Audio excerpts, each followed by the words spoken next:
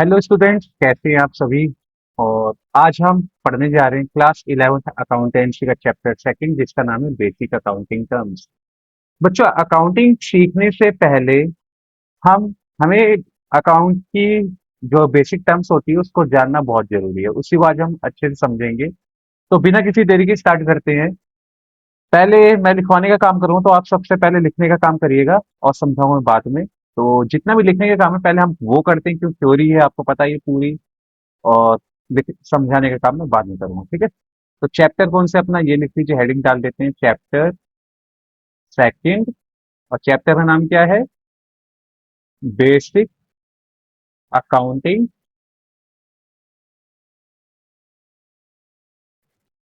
Terms.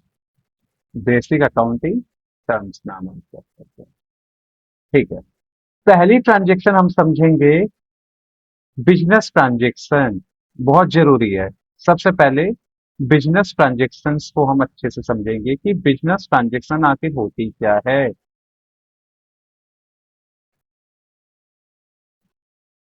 Business transaction होती क्या है उसको अच्छे से समझेंगे, ठीक है।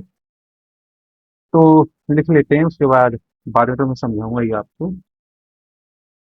It means it means financial transactions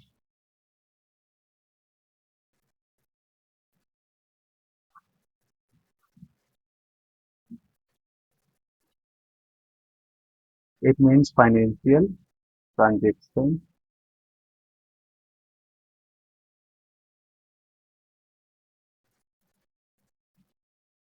and and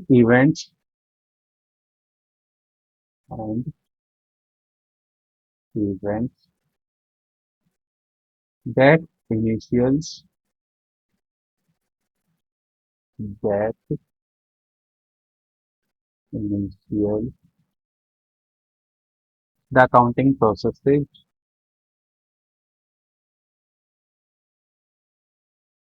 the accounting processes of of recording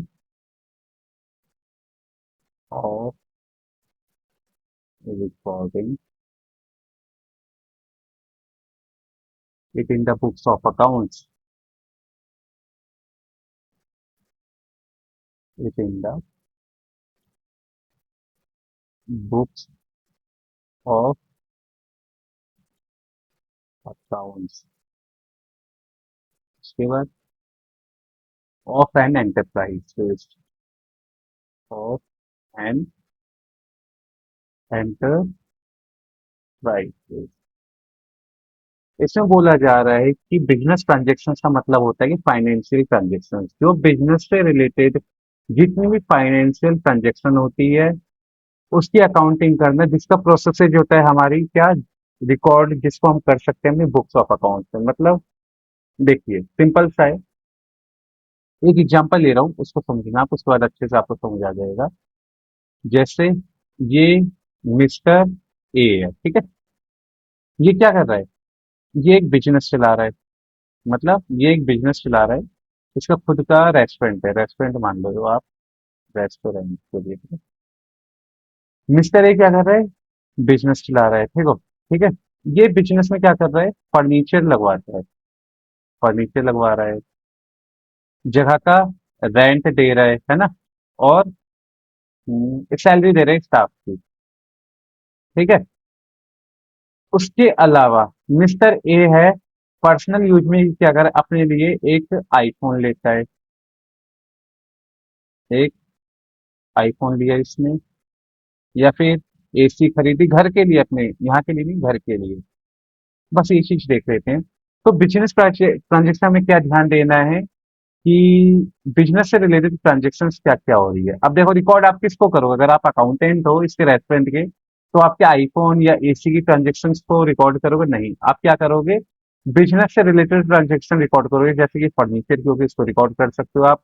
वहां की जगह का जो रेंट दे रहा है वो कर सकते हो, स्टाफ की जो सैलरी दे रहा है इसको आप रिकॉर्ड करोगे, ठीक है। तो बिजनेस ट्रांजेक्शन में यही बताया गया है, इट मीन्स फाइनेंशियल ट्रांजेक्शन। मतलब जितने भी फाइनेंशियल ट्रांजेक्शन है एंटरप्राइज की, उसको हम क्या करेंगे, रिकॉर्ड करेंगे, ठीक है, अपनी अकाउंटिंग बुक के अंदर। वही होती है बिजनेस ट्रांजेक्शन, समझ गए?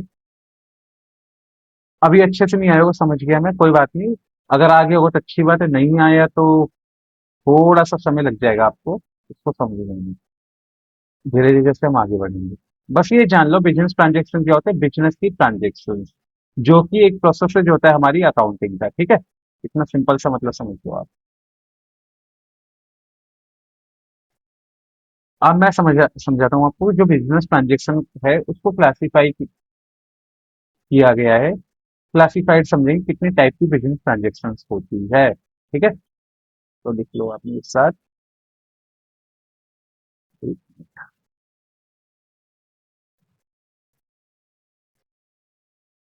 बिजनेस ट्रांजेक्शन,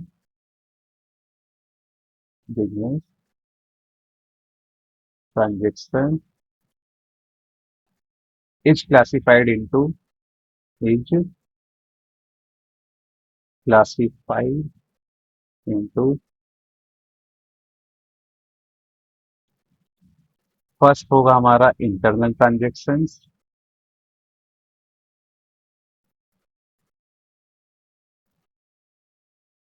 ये में लिख लो आप इंटरनल ट्रांजेक्शन,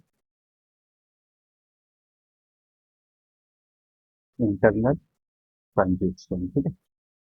इसके बारे में दो लाइन लिख लेते हैं, इसके बाद एक्सटर्नल ट्रांजेक्शन भी समझेंगे, इसके बाद accounting transaction,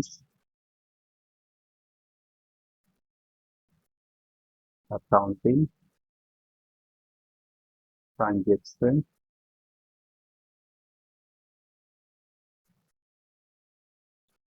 where there is no, where there is no external involvement, external involvement।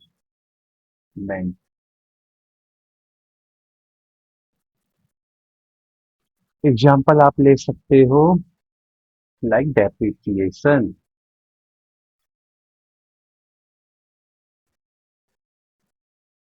Depreciation चलेगा, डेप्रिसिएशन।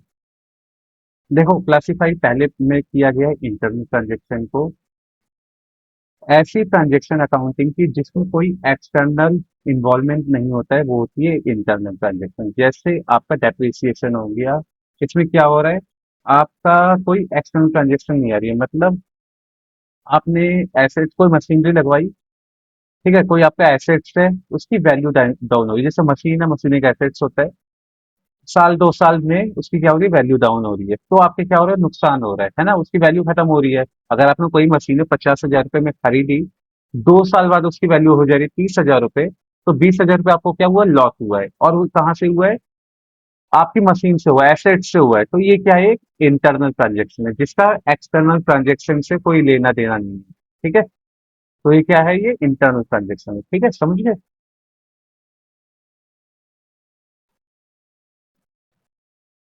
उसके बाद नेक्स्ट पॉइंट है हमारा एक्सटर्नल ट्रांजेक्शन, इसको भी समझते हैं अच्छे से। एक्सटर्नल ट्रांजेक्शन, अब समझते हैं एक्सटर्नल ट्रांजेक्शन क्या होती है, पहले लिख लेते हैं, इसके बारे में समझेंगे तो बाद में हम। चलो पहले लिखते हैं, business transaction,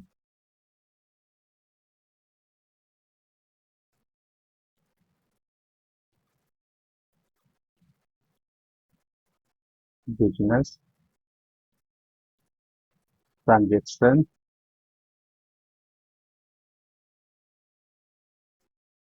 where there is no,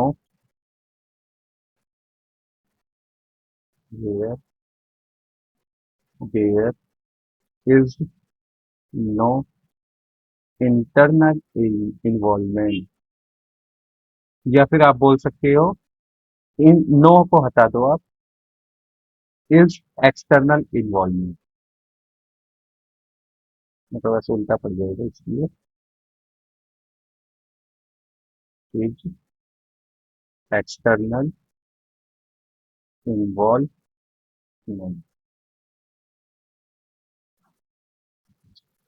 example है जैसे,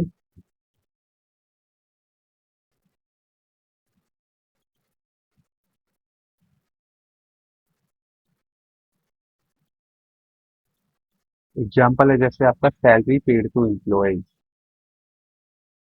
salary paid to employees, employees, ठीक है।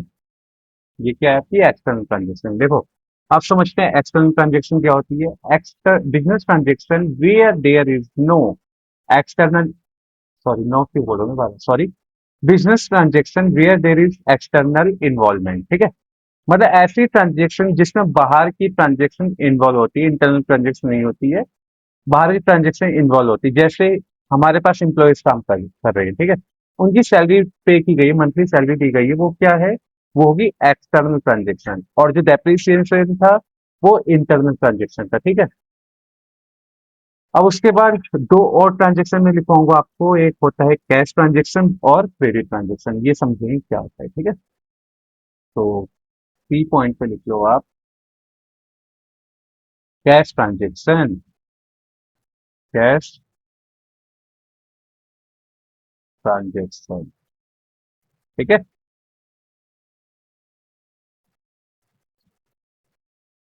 ऐसी ट्रांजेक्शन जिसमें कैश इन्वॉल्व होता है वो होती है कैश ट्रांजेक्शन। जैसे कोई भी अगर आप चीजें, रुको पहले लिख लेता हूँ बाद में समझाऊंगा, कोई भी चीज बात, वेयर कैश इज इन्वॉल्व। देखो, ऐसी ट्रांजेक्शन जैसे आपने क्या किया, कोई भी सामान कैश पे खरीदा आपने, जैसे आपने गुड्स खरीदे कुछ, गुड्स का तो मैं भी आगे आपको बताऊंगा, चलो बताओ। आपने फर्नीचर खरीदा, आपका रेस्टोरेंट है, जैसे मैं अभी एक एग्जांपल दिए थे, रेस्टोरेंट है, उससे आपने फर्नीचर खरीदा, उसकी पेमेंट आपने कैश कर दी, तो इसमें क्या हो रहा है, कैश इन्वॉल्व है, तो वो कौन सी ट्रांजेक्शन होगी, कैश ट्रांजेक्शन होगी, ठीक है। इसके बाद आ जाते हैं, यही एग्जांपल दूंगा मैं आपको डी पॉइंट में, डी पॉइंट, क्रेडिट ट्रांजेक्शन। इसका भी मतलब मैं आपको समझाता हूँ अच्छे से, credit transaction where no cash is involve, where no cash is involve. देखो, इसमें आप ये अपने माइंड से ये हटा देना कि इसमें अगर कैश इन्वॉल्व नहीं हुआ, अगर बैंक से पेमेंट कर दिया तब भी क्रेडिट ट्रांजेक्शन हुआ, नहीं।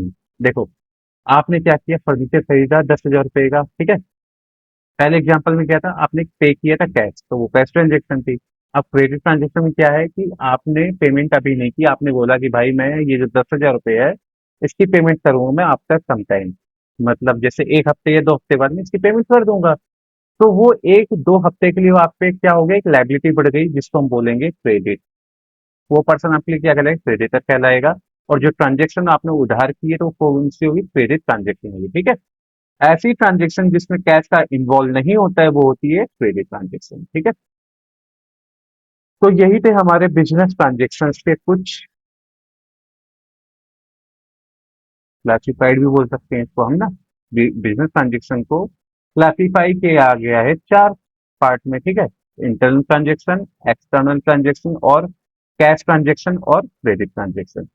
इसके बाद हम समझेंगे अकाउंट क्या होता है। तो अकाउंट पढ़ाने से पहले मैं आपको, आपसे थोड़ा सा 2 मिनट का ब्रेक चाहूंगा, थोड़ा जरूरी काम है, तो 1 मिनट आप ऐसे ही जुड़े रहिए। तो बच्चों, ज्यादा देर वेट नहीं करना होगा होगा आपको, मैंने वीडियो पॉज कर दी थी, बस मैं थोड़ा लगाने गया था चश्मा, क्योंकि इसके सामने से लाइट आ रही तो आंखों में पड़ रही है, जिससे फोकस करने में प्रॉब्लम हो रही है, तो इसलिए जरूरी है। तो चलो कहाँ पे हैं हम, अकाउंट पे ना, हाँ। सेकंड पॉइंट है हमारा अकाउंट, सेकंड पॉइंट है आपका अकाउंट। अब अकाउंट समझाता हूँ मैं आपको क्या होता है, बहुत जरूरी है समझना, ठीक है। चलो पहले इसके बारे में लिखते हैं फिर समझाऊंगा, ठीक है। इट इज ए, इट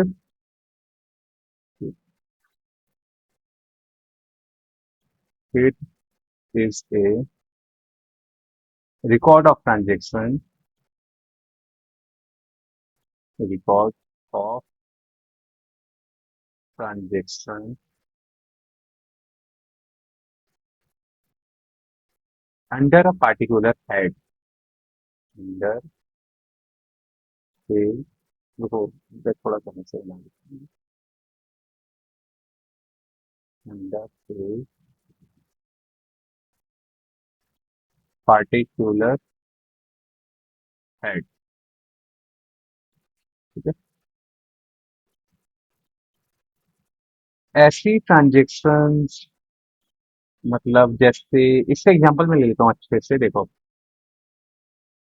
आप क्या कर रहे हो, आपने कुछ सामान खरीदा, चलो मान लेते हैं, थोड़ा एक बुक बना लो मेरे साथ आप, एक बुक बना लो, अकाउंट बुक जिसे बोलते हैं, जर्नल बोलते हैं हम, ठीक है। जर्नल हम क्या करते हैं, सारी ट्रांजेक्शन को क्या करते हैं, रिकॉर्ड करते हैं, है ना।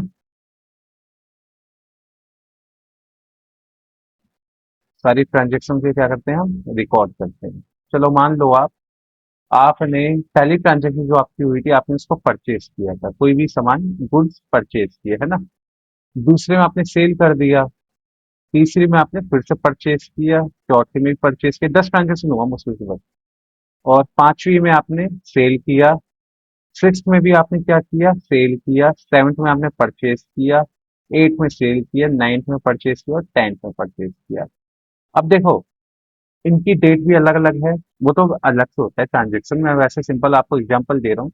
इसमें क्या हो रहा है देखो, अब आप अगर आपको काउंट करना हो पूरे साल में, देखो कंफ्यूजन होगी कि नहीं होगी, ट्रांजेक्शन की रिकॉर्ड तो कर लिया आपने, पर इसमें क्या होगी, मिक्स हो गई, आपको नहीं पता कि आपने एक महीने में कितनी चीजें खरीदी है, कितनी चीजें बेची है। तो इसके लिए हम इसी ट्रांजेक्शन को क्या करते हैं पता है आपको, इस ट्रांजेक्शन हम क्लासीफाई कर देते हैं। क्या करते हैं, क्लासीफाइड करते हैं। क्लासीफाई किस में करते हैं हम, इसको क्लासीफाइंग, क्लासीफाइड तो थर्ड फॉर्म हो जाएगी, क्लासीफाइंग,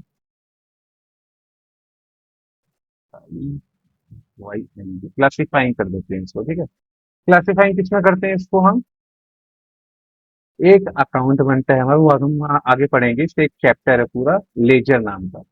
कौन से नाम का चैप्टर है, लेजर नाम का, ठीक है। और ये जो रिकॉर्ड जहाँ करते हैं, इसका क्या नाम है, जर्नल। और इसका दूसरा नाम होता है, नीचे लिख दे रहा हूँ, सब्सिडरी बुक, SUBSIA, सब, सब्सिडरी बुक, ठीक है। ये दूसरा नाम है इसका, सब्सिडरी बुक, ठीक है।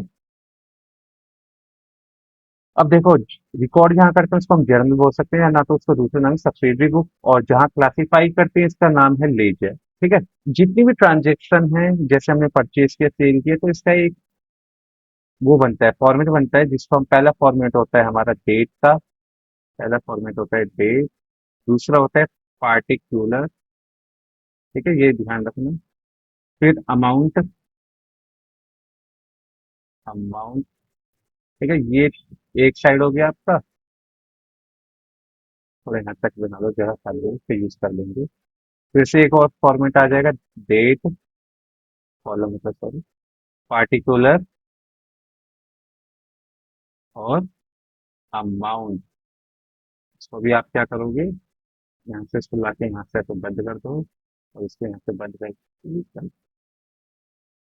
इस साइड को बोलते हैं हम डेबिट साइड, और इस साइड को बोलते हैं क्रेडिट साइड, ठीक है। देखो, जो भी ट्रांजेक्शन होगी, जैसे हमने क्या किया, परचेस किया, चलो मान लीजिए आपने, हो हमने इसको परचेस किया, थोड़ी जगह तो इसको पड़ जाए, कोई नहीं। पहली ट्रांजेक्शन हमने क्या किया, परचेस किया सामान, क्या परचेस किया है, कोई भी चीज मान लो। परचेस की जो एंट्री आ जाएगी, जैसे परचेस का हमने ये जो भी होगी ट्रांजेक्शन यहाँ लिख लेंगे, और उसका अमाउंट ये, ठीक है। दूसरी कौन सी, सेल की। अब हमें क्या करना है, कोई भी चीज आना बिजनेस के अंदर डेबिट कहलाएगी, और जाना क्रेडिट कहलाएगी, ठीक है। तो हम क्या करेंगे, जितनी भी ट्रांजेक्शन होती है, जो हम परचेज करें, सेल करें, इनका अलग अलग फॉर्मेट बन जाता है, ठीक है।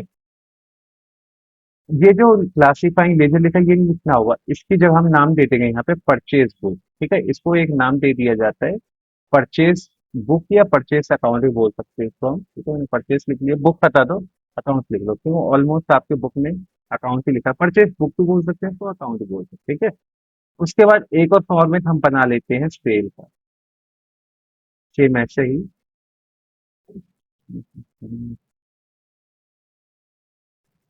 पहला आ जाएगा आपको, देखो पहले इसका नाम देते हैं सेल अकाउंट। इसमें आ जाएगा डेट, पार्टिकुलर, अमाउंट, फिर से डेट, पार्टिकुलर और अमाउंट। अब देखो, जितनी भी सारी परचेस की ट्रांजेक्शन होगी वो कहाँ जाएगी, परचेस अकाउंट में आ जाएगी। जितनी भी सेल की होगी वो सेल अकाउंट में आ जाएगी। तो इसी को हम बोलते हैं अकाउंट। जरूरी नहीं है परचेस और सेल की आएगी, तो आपकी ये क्रेडिटर की भी आ सकती है, डेप्टर्स की भी आ सकती है। जितनी भी टर्म है इनकी सबकी अकाउंट बन सकते हैं, पर ये हम आगे पढ़े कौन कौन सी टर्म्स होती है उसके बाद में अकाउंट बनाना सिखाऊंगा आपको, ठीक है। पॉइंट क्लियर है आपका कि अकाउंट क्या होती है, समझ आ गया, सिंपल है बिल्कुल, ठीक है। थर्ड पॉइंट समझेंगे कैपिटल क्या होती है, क्योंकि जब तक आपको ये चीजें पता ही नहीं होगी तो आगे कैसे पढ़ोगे आप, समझ रहे हो। जब प्रैक्टिकल क्वेश्चन करोगे ना तो बहुत कंफ्यूजन होगी आपको, तो इसलिए सबसे पहले बेस क्लियर होना बहुत जरूरी है, थ्योरी पढ़ना बहुत जरूरी है। तो आप कर लो। और आजकल के बच्चे क्या है कि नहीं, हम तो सीधा प्रैक्टिकल करेंगे, मैथमेटिक्स लिए हैं, तो ये चीज गलत है। मैथ अलग है, अकाउंट्स अलग है, तो कोशिश करो थ्योरी पे पहले ज्यादा ध्यान दो। क्यों, इसलिए मैं ऑफलाइन भी ऑनलाइन भी सबसे पहले थ्योरी पढ़ाता हूँ, उसके बाद प्रैक्टिकल क्वेश्चन करा रहा हूँ। क्यों, क्यों बच्चों को अगर क्लियर ही नहीं होगा थ्योरी क्या है तो प्रैक्टिकल कैसे करेंगे, है ना। ब्लाइंड है पूरा, नहीं हो पाएगा कुछ भी। देखो आप समझते हैं कैपिटल, कैपिटल क्या होती है इसको अच्छे से समझेंगे। ये कैपिटल होगा समझना, राजधानी, कहीं बोलो कि भैया हम यूपी से हैं, हमारी राजधानी लखनऊ है, ये सब नहीं। इसको समझेंगे, इसको मैं समझाता हूँ। अकाउंट्स की कैपिटल अलग होती है, ठीक है। पॉइंट टू पॉइंट क्लियर हो जाएगा क्या लिखा है इसमें, सिर्फ अभी लिखने पे ध्यान दो, समझने पे। Capital is amount, capital is amount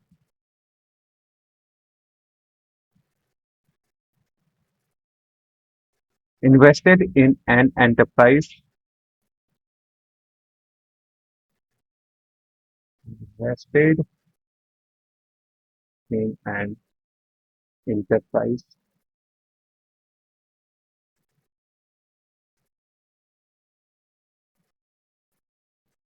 by the proprietor,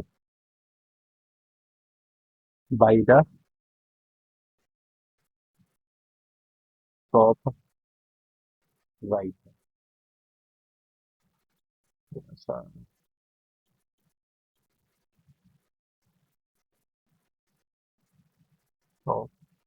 proprietor, जिसको हम ऑनर भी बोलते हैं।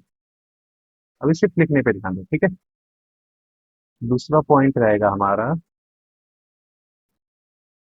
It may be in the form of money, it may be in the form of money, in the form of money, और assets, और assets having monetary value, having monetary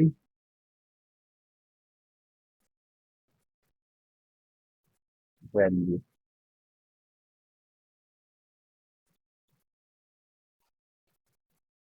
और हम assets को, कैपिटल को किस नाम से जानते हो वो भी मैं बताते देता हूँ। It is also known as, known as net worth. इसको हम ब्लैक से लिख लेते हैं, थोड़ा आसानी होगी। नेटवर्थ, और ऑनर इक्विटी, ऑनर इक्विटी, ठीक है। और ये जो नेट फोर, जो दो नाम मैंने आपको बता रखे हैं, दो नाम, इसको आप क्या करो, थोड़ा सा इसको बादल में बना लेते हैं, थोड़ा आसानी हो जाता है ना। सर्कल कर लो या अंडरलाइन कर लो या फिर बादल बना लो, आपकी मर्जी है। इसका मतलब मैं समझा देता हूँ। और एक और चीज, कैपिटल निकलती कैसे, कैपिटल हम पहचानते कैसे, उसको भी लिख लिया। Capital is equal to assets minus liability. ठीक है, आप समझते हैं कि कैपिटल क्या होती है। ठीक है, सिंपल सा मतलब है, समझो आप।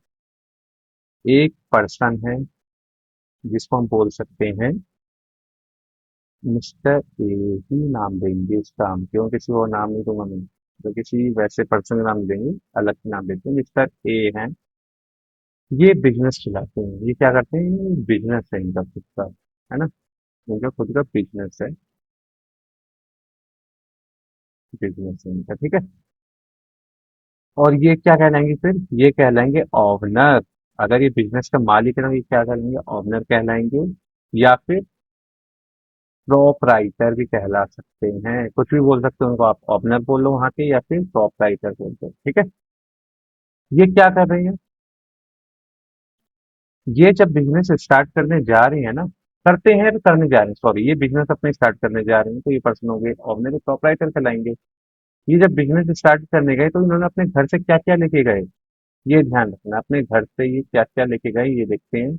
ये लेके गए, कुछ कैश लेके गए, या और कुछ फर्नीचर लेके गए, वो समझेंगे हम बाद में,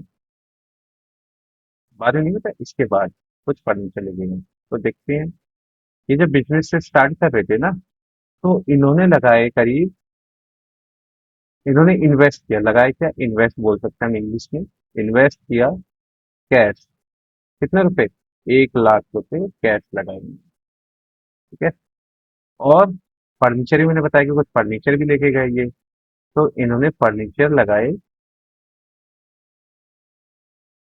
रुपीज 40,000 रुपीज, 40,000 रुपए लगाए इन्होंने, तब इन्होंने जाके बिजनेस एक स्टार्ट किया। ठीक है, तो ये जितनी भी मैंने कहानी लिखी है ना इसमें, सिर्फ यही है, इसमें समझाओ, देखो।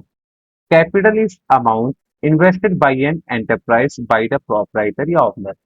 कैपिटल क्या होता है, जो भी अमाउंट इन्वेस्ट किया जाता है बिजनेस में, देखो ध्यान से समझना, जो पर्सन, देखो इसमें लिखा है ना कैपिटल इज अमाउंट, कैपिटल क्या है, एक अमाउंट हो सकता है, इन्वेस्ट किया जाता है इंटरप्राइज में, मतलब ये जो बिजनेस है इसको इंटरप्राइज भी बोलते हैं, बाय द ओनर या प्रोपराइटर। देखो ये जो पर्सन है, ये जो पर्सन बिजनेस में इन्वेस्ट कर रहा है, अमाउंट तो कर रहा है, आगे और बताऊंगा फर्नीचर कैसे आया। ये जो पर्सन है, ये बिजनेस में क्या कर रहा है, अमाउंट कैश को लगा रहा है, वो क्या कहलाएगा, ओनर भी कहला सकते हैं, प्रोपराइटर भी कहलाता है। उसी जो ये जो कैश लगा रही है इसको हम कैपिटल बोलेंगे, फर्स्ट हेडिंग में लिखा है। ठीक है, सेकंड क्या लिखा है, it may be in the form of money और एसेट्स हैविंग मॉनेटरी वैल्यू। मतलब जो भी वो चीजें बिजनेस में लगा रहा है, वो क्या हो सकता है, वो मनी भी हो सकता है, या कोई भी एक एसेट्स हो सकता है जिसकी मॉनेटरी वैल्यू होती है, समझे कुछ। अरे इसको थोड़ा ऐसे ले जाते हैं। ठीक है, जैसे इन्होंने क्या किया, मिस्टर ए ने कैश लगाया, कैश तो है, मनी है वो, ठीक है, 1 लाख रुपए, और फर्नीचर लगाया, जो फर्नीचर क्या होता है बिजनेस के लिए, एसेट्स होते हैं, आप आगे समझेंगे। ठीक है, जिसकी मॉनेटरी वैल्यू होती है, 40,000 इसकी क्या है, मनी की वैल्यू है, समझ गए। ये चीजें इन्होंने इन्वेस्ट की है मिस्टर ए ने, तो ये भी, ये सारी चीजें क्या है, ये कैपिटल में आ गई। ठीक है, और जो कैपिटल होती है इसको हम दो नाम से जानते हैं, और कैपिटल नाम से तो जानते जानते हैं, और नेट वर्थ नाम से भी जानते हैं, और ऑनर इक्विटी नाम से भी जानते हैं। ठीक है, कैपिटल निकालने का छोटा सा फॉर्मूला है, जैसे पूरे फर्म में जो बिजनेस होगा उसकी जो पूरी संपत्ति होगी, उसमें से दायित्व हटा देना, मतलब कैपिटल जो निकालने का फॉर्मूला क्या है, एसेट्स जो होती है उसमें से आपको क्या करना है, लायबिलिटीज को माइनस कर देना है, तो आपका कैपिटल निकल जाएगा। फॉर एग्जाम्पल, वो आगे समझेंगे, इतना ठीक है। इसके बाद पॉइंट है आपका ड्राइंग।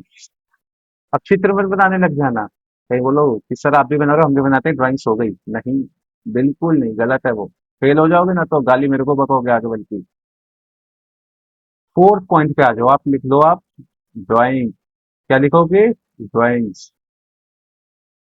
अब ये मैं बोलूंगी सर 1 GB खर्च करने के लिए हम क्या ड्राइंग बनाने के लिए बैठे हैं यहाँ पे, नहीं, इसके बारे में लिखो तो मैं समझाऊंगा क्या है ये। ठीक है, इट इज द अमाउंट, लिख लो आप, it is the amount. Withdraw, withdraw मतलब निकालना। आगे समझोगे बच्चों, चिंता मत करो, समय खराब नहीं होगा, आपको कुछ ना कुछ सीखते ही जाओगे, ठीक है। 1 घंटे बाद, 1.5 घंटे, 1.5 घंटे बाद जो भी क्लास खत्म होगी, आप यही बोलोगे कि हाँ कुछ सीख के आए। और goods taken by the, taken by the proprietor, proprietor for personal use, for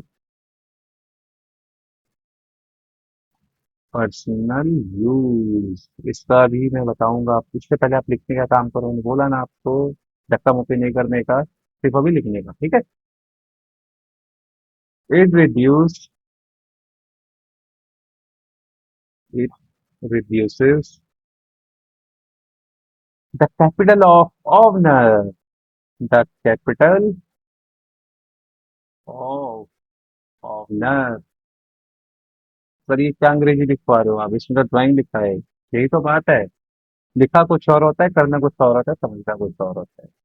इसको मैं समझाऊंगा ड्राइंग के जरिए ही। अब ये मैंने बोला कि कमेंट करो, ये सर ड्राइंग बना रहा है, नहीं, ड्राइंग बना रहा हूँ फॉर एग्जाम्पल, आपको समझाने के लिए, गलत मत समझना मेरे को, ठीक है।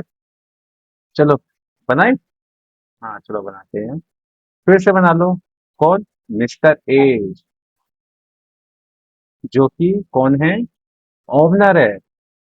फिर से इनका घर बना लो, यहाँ पे छोटा सा घर, होम। पर हिंदी नहीं, थोड़ी हिंदी बोलना है। फिर थोड़ी दूर पे बना लो इनका बिजनेस, यहाँ पे लिख देता हूँ मैं, बिजनेस, व्यापार, ठीक है। बिजनेस में इनकी कैपिटल कितनी थी, तो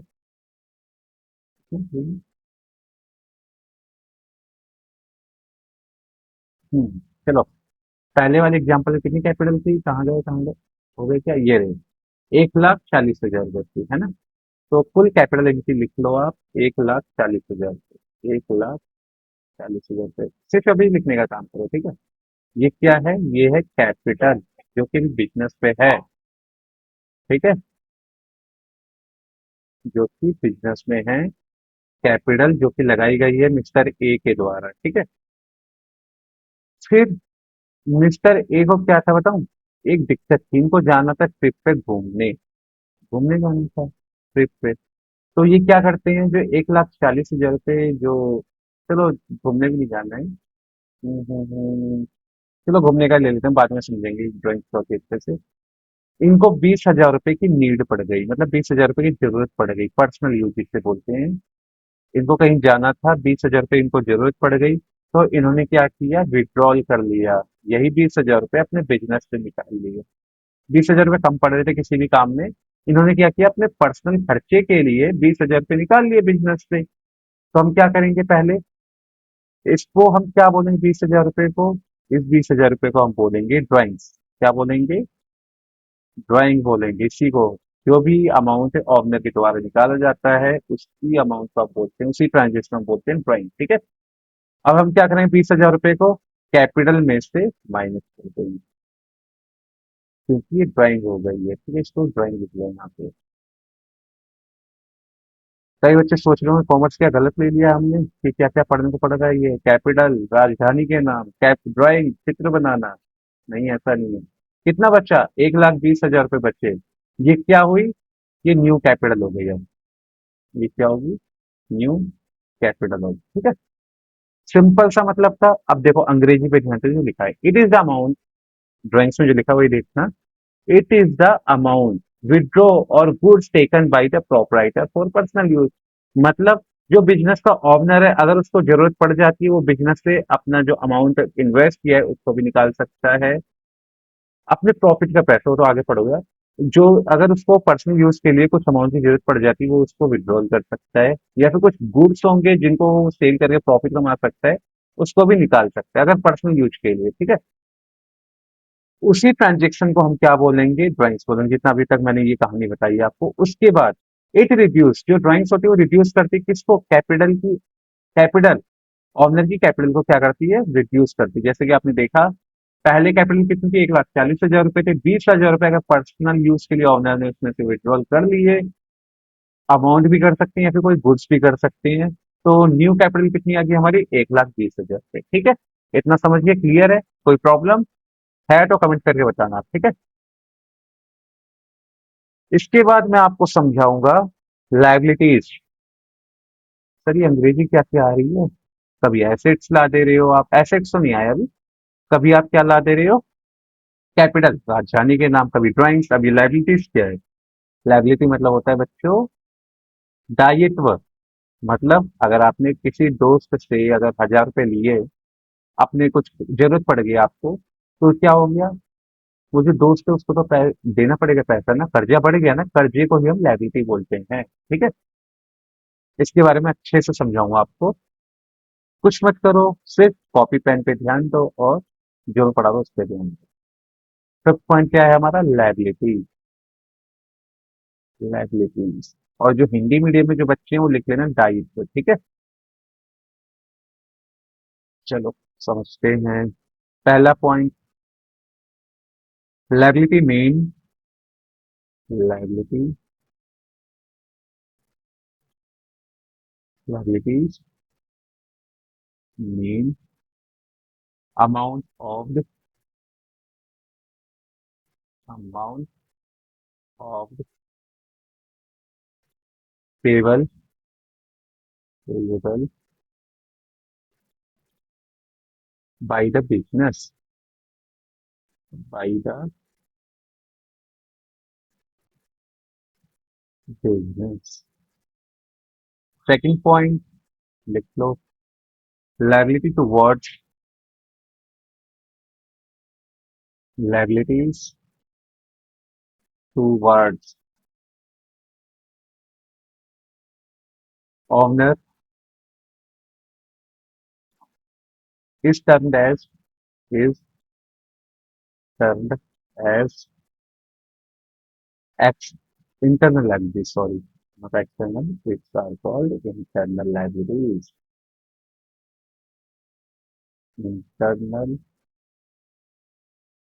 liabilities, ठीक है। Third point, liabilities towards, liabilities towards, towards outsiders, outsiders is termed as, is termed as external liabilities. इसको हम क्या बोलते हैं, एक्सटर्नल लायबिलिटीज बोलते हैं, ठीक है।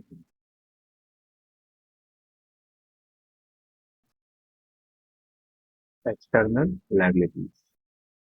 अब इसको मैं समझाता हूँ अच्छे से, कुछ नहीं करने आपको, सिर्फ अभी समझने पे ध्यान दो, लिखना बाद में। चलो मान लो एक बिजनेस हो गया, ये एक बिजनेस है, इसको बना भी देता हूँ, यहाँ पर दिक्कत ना हो बाद में, ये एक बिजनेस है, ठीक है।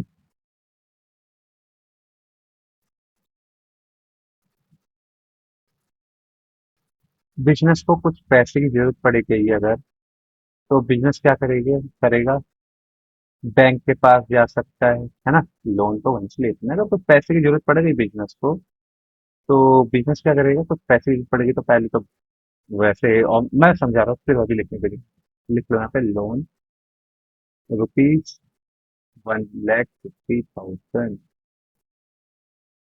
ठीक है, 1,50,000,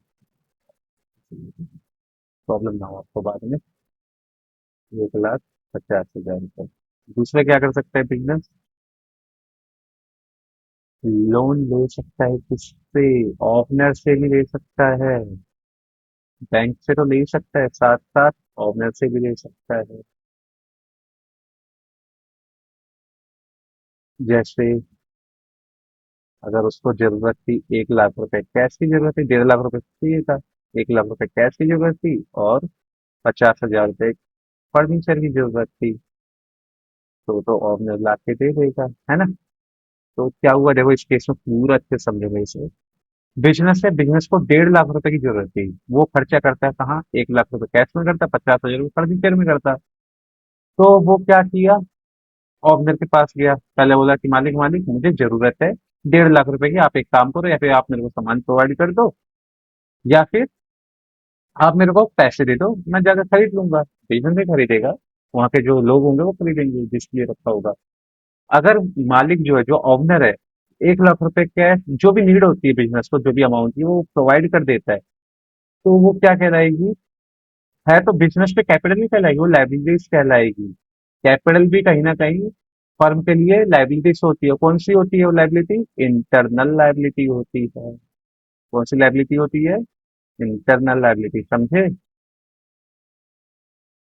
अगर लोन के रूप में अगर ओनर बिजनेस को अमाउंट देता है, बिजनेस को जो कभी जरूरत पड़ती है, तो वो लाइबिलिटी कहलाएगी कौन सी, इंटरनल लाइबिलिटी। अगर ओनर नहीं दे पाता है किसी वजह से, तो बिजनेस को किसी पर्सन से लेना पड़ता है, तो क्रेडिटर कहलाएगा। और बैंक से अगर लेता है, तो वो अमाउंट क्या कहलाएगा, जो ट्रांजेक्शन क्या कहलाएगी, एक्सटर्नल लाइबिलिटी। समझ गए आप, एक्सटर्नल लाइबिलिटीज। ये हमने क्या कर दी ब्रैकेट में। इतनी थी कहानी अभी तक की। चलो मैं एक बार समझाता हूँ। Liabilities means amount of payable by the business. Liability का मतलब क्या होता है, ऐसा अमाउंट जो कि बिजनेस पे करेगा फ्यूचर में या कर रहा होगा, ठीक है। Liabilities towards owner is term as internal liabilities. अगर ऐसी लाइबिलिटी, ऐसा कर्जा जो ऑनर से लिया जाता है, उसको हम क्या बोलेंगे, इंटरनल लाइबिलिटी, जैसे अभी मैंने समझाया। Liabilities towards outsiders is term as external liabilities. ऐसी लाइबिलिटी, ऐसा कर्जा जो हम किसी बाहर से लेते हैं, उसको हम बोलेंगे एक्सटर्नल लाइबिलिटीज। बस यही था, इसमें और कुछ नहीं। ठीक है। अब समझते हैं लाइबिलिटी के कितने टाइप्स होते हैं। लाइबिलिटी भी होती है, दो प्रकार की होती है, जैसे मैंने आपको बताया। ये वाली नहीं प्रकार होगा, इंटरनल लाइबिलिटी, एक्सटर्नल लाइबिलिटीज दो होंगी, करेंट लाइबिलिटीज और नॉन करेंट लाइबिलिटीज। इसको भी समझना बहुत जरूरी है। ठीक है, चलो लिखते हैं। जो एक्सटर्नल लाइबिलिटीज, तो इंटरनल लाइबिलिटी आप हटा दो, ऑनर का वो तो समझ लेंगे बाद में। एक्सटर्नल लाइबिलिटी समझो आप। कहाँ गया जरा, external liabilities, external liabilities is of, is two types लिख लो, इज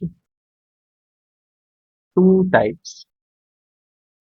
जो एक्सटर्नल लाइबिलिटी होती है, दो तरीके की होती है, दो प्रकार की होती है। कौन कौन सी होती है, पहली होती है non current liability.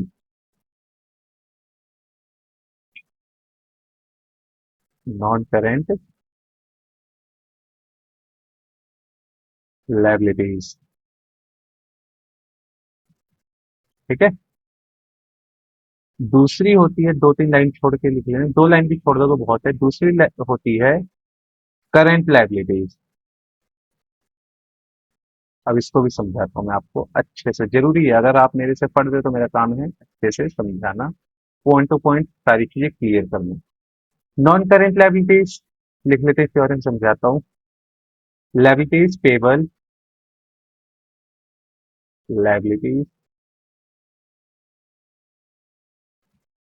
Payable after 12 months।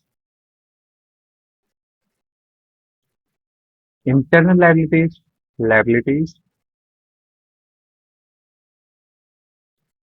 Payable, payable with in 12 months। ठीक है, दो समझ गए। अब समझते हैं नॉन करेंट लाइबिलिटीज। ऐसी लाइबिलिटी होती है जिसकी पेमेंट आप लाइबिलिटी लेने के बाद 12 महीने के अंदर अगर कर देते हो, उसको बोलते हैं हम, नहीं सॉरी, नॉन करेंट लाइबिलिटीज ऐसी लाइबिलिटीज होती है, आप ऐसे कर्जे की पेमेंट, आप लाइबिलिटी लेते हो, उधार सामान या उधार पैसा लेते हो, उस ट्रांजेक्शन की पेमेंट, उस कर्जे की पेमेंट अगर आप 12 महीने के बाद देते हो, आपका ऐसा कर्ज जो 12 महीने के बाद भी चलता रहे, वो कहलाता है नॉन करेंट लायबिलिटीज। और ऐसी लायबिलिटी, ऐसा कर्जा या डाइट डाइट भी हम बोल सकते हैं, जिसकी पेमेंट आप 12 महीने के अंदर कर देते हो, वो होती है करंट लायबिलिटी। समझ गए? मतलब 1 साल के बाद कोई भी कर्जा होगा अगर बिजनेस के ऊपर, वो कहलाएगा नॉन करेंट लायबिलिटीज। ऐसा कर्जा जो आपका 1 साल के अंदर ही समाप्त हो जा रहा है, उसको बोलेंगे हम करंट लायबिलिटी। सिंपल क्वेश्चन, ठीक है। इसके बाद नेक्स्ट पॉइंट है हमारा क्रेडिटर्स। 6 पॉइंट हमारा होगा क्रेडिटर्स, इसको भी समझेंगे अच्छे से, ठीक है।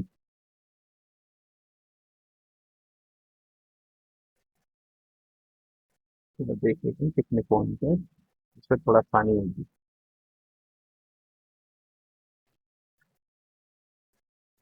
आई थिंक, मेरे को लगता है ज्यादा नहीं। चलो लिखते हैं 6 पॉइंट।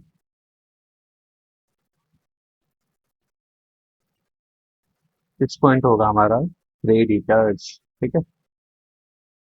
आप समझेंगे क्रेडिटर क्या होता है। चलो लिखो इसके बारे में।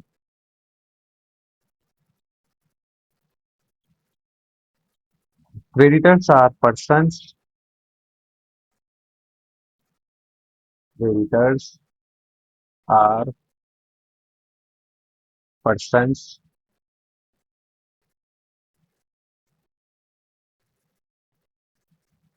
From from home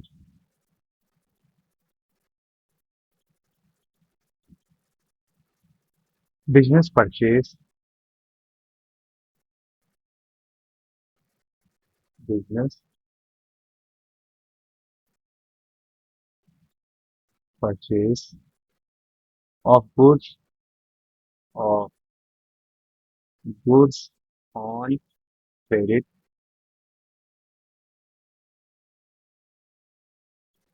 generally amount payable, generally amount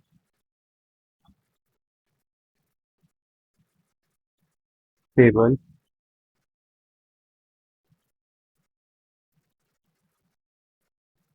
to creditors, to creditors which in within 12 months, within 12 months. Therefore,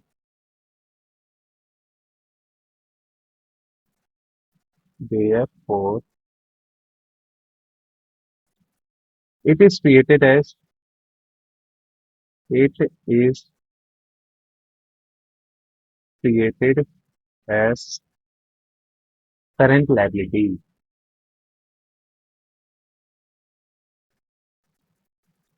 current liability, ठीक है। ये लाइबिलिटी लिख लो, लाइबिलिटी की जगह लाइबिलिटी में लिखने का लाइबिलिटी लिख लो, नॉर्मल करंट लाइबिलिटी। अब इसको अच्छे से समझाता हूँ मैं आपको, ठीक है। क्या लिखा हुआ है इसमें, कहानी जो है, जैसे एक बिजनेस है, बिजनेस है, ये क्या करता है, ये मार्केट जाता है, बिजनेस ही जाएगा, यहाँ तो ऑब्जेक्ट जा सकते हैं या फिर कोई पर्सन रखा होगा जो सामान लेने मार्केट जाएगा। ये क्या करता है, मिस्टर बी से, कि मिस्टर ए तो ऑब्जेक्ट है ही है, मिस्टर ए की कंपनी से कोई भी पर्सन जाता है मिस्टर बी से कुछ सामान उधार लेने में, मतलब ये समझ लो कि मार्केट जाते हैं सामान खरीदने, कुछ गुड्स की जरूरत पड़ गई है, तो वो क्या करते हैं, मार्केट जाते हैं और मिस्टर बी से सामान खरीदते हैं, परचेज गुड्स।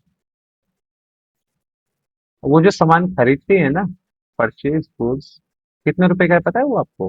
वो है टोटल 20,000 रुपए का। 20,000 रुपए का सामान खरीदते हैं। और जो बिजनेस के मिस्टर ए होते हैं या फिर जो पर्सन होता है, वो क्या बोलते हैं पता है? वो कहते हैं कि भैया मिस्टर बी, एक काम करो आप, ये जो सामान है इसको पैक कर दो, और आपको पता ही है मैं आपके यहाँ डेली कस्टमर हूँ, आप इसकी पेमेंट जो 20,000 रुपये आप क्या करना पता है, ये ले लेना आफ्टर 3 मंथ, मैं 3 महीने बाद इसकी पेमेंट कर दूंगा, और मेरे पास इतना पैसा नहीं है कि मैं आपकी पेमेंट कर पाऊँ, वैसे ही बहुत कर्जे में हूँ, बहुत खर्चे है मेरे पास, तो इसकी पेमेंट आप 3 महीने बाद दे देना। तो मिस्टर बी जो है एग्री कर देते कि वो ओल्ड कस्टमर है। तो जो मिस्टर ए हैं वो मार्केट से क्या करते हैं, मिस्टर बी से 20,000 रुपए का जो सामान खरीदते हैं इसकी पेमेंट अभी नहीं करते हैं, जो 3 महीने बाद करते हैं। तो जो 3 महीने का जो टाइम पीरियड है ना, जो मिस्टर बी है उनका नाम मिस्टर बी नहीं रहेगा। अकाउंट बुक में हम 3 महीने की क्या लिखेंगे पता है, लिखेंगे क्रेडिटर। इनको हम क्या बोलेंगे, क्रेडिटर। क्यों, हम इनसे क्या कर रहे हैं, 3 महीने तक के लिए क्रेडिट पे सामान खरीद रहे हैं, समझ गए। क्रेडिट पे क्या कर रहे हैं, सामान खरीद रहे हैं, इसकी पेमेंट हम 3 महीने बाद करेंगे। 3 महीने के लिए हमारे लिए मिस्टर बी नहीं है, इनको ही नहीं बोले मिस्टर बी इधर आओ, बोलेंगे क्रेडिटर भैया इधर आओ आप, ठीक है। तो ये बात है। पर ऐसा आप तुम दोस्तों के साथ मत करना, अगर तुमने 1,000 रुपये ले ली उसको ये मत बोलना कि अगर उसका नाम कुछ भी है तुम्हें बोलना क्रेडिटर इधर आ, मारेगा और तुम्हें गिरा गिरा के, समझ गए। क्रेडिटर मत बोलना, समझ गए आप। क्रेडिटर्स क्या होता है, सिंपल था, ठीक है। इसके बाद मैं आपको कराऊंगा डेप्टर। अब समझेंगे डेप्टर क्या होता है, उसके बाद आज की क्लास खत्म करेंगे, अगली क्लास में आगे के टर्म समझेंगे, ठीक है। अगली टर्म है हमारी 7 पॉइंट पे, डेप्टर, ठीक है।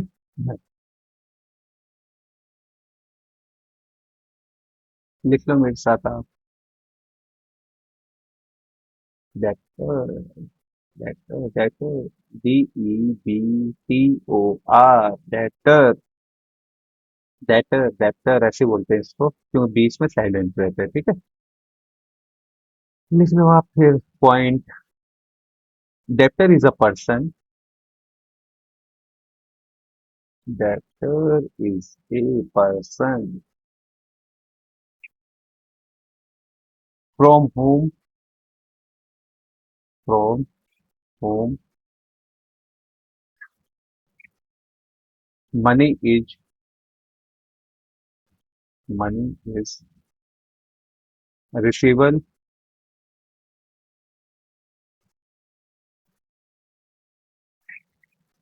Receivable to the business,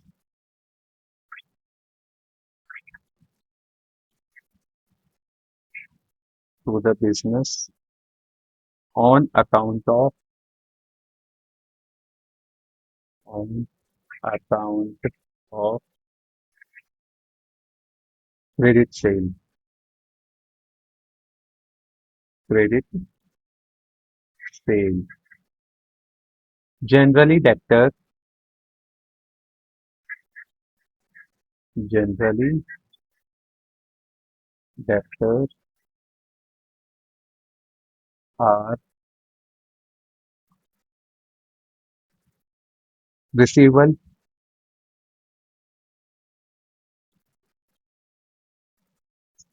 with in 12 months, within 12 months, therefore, therefore they are created as, they are created as current assets,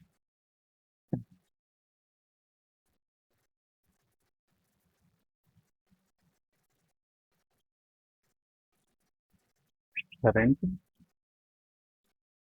assets। समझे क्या लिखा है, कुछ नहीं समझे, कोई नहीं मैं समझाता हूँ, मैं हूं ना, चिंता नहीं करना। चलो लिखो, एक बिजनेस है, ठीक है, और एक पर्सन है, एक कौन है, पर्सन है। इसको मिस्टर बी नहीं बोले, मिस्टर बी से हमने सामान खरीदा है, इसको हम बोलेंगे मिस्टर सी, ठीक है। हम मिस्टर सी को क्या कर रहे हैं, सामान सेल कर रहे हैं, क्या सामान सेल कर रहे हैं, गुड्स सेल कर रहे हैं, फर्नीचर थोड़ी ना बेचोगे, गुड्स सेल कर रहे हैं, कितने रुपए का, 16,000 रुपए का, या 20,000, जो भी मान लो 16,000 लिखो, ठीक है। देखो, मिस्टर सी भी चलाते हैं। हमने क्या किया, मिस्टर सी को गुड सेल किया 16,000 रुपए का। मिस्टर सी बोले ठीक है भैया, मिस्टर ए, आप जानते ही हो मैं तुम्हारा बहुत पुराना पुराना बुरा नहीं, पुराना पुराना कस्टमर हूँ। आप एक काम करो, ये जो आपने गुड्स मेरे को दिए हैं, मैं जो आपसे खरीद रहा हूँ, आप मुझे सेल कर रहे हो 16,000 रुपए का सामान, इसकी पेमेंट मैं अभी नहीं करूंगा। मैं इसकी पेमेंट करूंगा आफ्टर 4 मंथ्स। कब मैं करूंगा? After 4 month. ठीक है। तो मिस्टर ए बोले ठीक है भाई, मिस्टर सी आप मेरे रेगुलर कस्टमर हो, ठीक है, आप 4 महीने बाद इसकी पेमेंट कर देना। तब तक के लिए, 4 मंथ के लिए, हम मिस्टर सी को मिस्टर सी नहीं बुलाएंगे, इसको हम क्या बुलाएंगे पता है आपको? डेप्टर बुलाएंगे। ये जो पर्सन है हमारे लिए क्या है, डेप्टर है, क्योंकि फ्यूचर में इससे हमें पैसा रिसीव होना है, ठीक है। इसलिए हमारे लिए क्या है, डेप्टर है, लिखा भी यही है। Debtor is a person from whom money is receivable to the business. Debtor एक ऐसा पर्सन होता है जिससे हमें मनी रिसीव होता है फ्यूचर में, मतलब बिजनेस को मनी रिसीव होता है फ्यूचर में, on account of credit cell. ऐसा अमाउंट रिसीव होना है जो हम उसको कोई सामान सेल करते हैं उधार में, उसका अमाउंट रिसीव होना है। Generally debtor are received within 12 month. ज्यादातर ये होता है कि डेप्टर्स ऐसे होते हैं जो कि जिसकी पेमेंट वो 1 साल के अंदर कर देते हैं। उस समय ये डेप्टर जो क्या दो जो अमाउंट हमें रिसीव होता है, जो डेप्टर होते हैं, वो क्या कहलाते हैं हमारे लिए, करंट एसेट्स कहलाते हैं। जो डेप्टर हैं, अगर 12 महीने के अंदर पेमेंट कर देते हैं ट्रांजेक्शन की, जो सामान उन्होंने खरीदा है हमसे, हमने जो सामान सेल किया है डेप्टर को, उसकी पेमेंट वो 1 साल के अंदर कर देते हैं, तो क्या कहलाएंगे, करंट एसेट्स कहलाएंगे, ठीक है।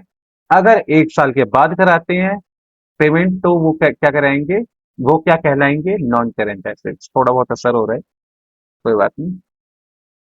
तो ठीक है बच्चों, चैप्टर तक हमारा पॉइंट क्लियर है, 7 पॉइंट क्लियर है। अभी तो बहुत लंबी क्लास है, चिंता मत करो आप, धीरे धीरे सब हो जाएगी। तो ये क्लास यहीं कंप्लीट करते हैं, जल्दी मिलेंगे आपको अगली अकाउंटिंग टर्म्स के साथ। तो बस इसका रिवीजन करते चलना, प्रॉपर नोट्स अच्छे से बनाना आप। अगर नहीं आता है समझ, तो टेलीग्राम चैनल का लिंक है, वहां आप क्या करो, जो भी डाउट है आप लिखो, फोटो खींच के भेजो कि हाँ मेरे को ये नहीं आ रहा है, वहां मैं क्लियर कर दूंगा आपका। वरना दोबारा से लेक्चर रिकॉर्ड करके अपलोड कर देंगे, कोई बात नहीं, अच्छे से बिल्कुल। तो मिलते हैं आपको नई क्लास में। Thank you.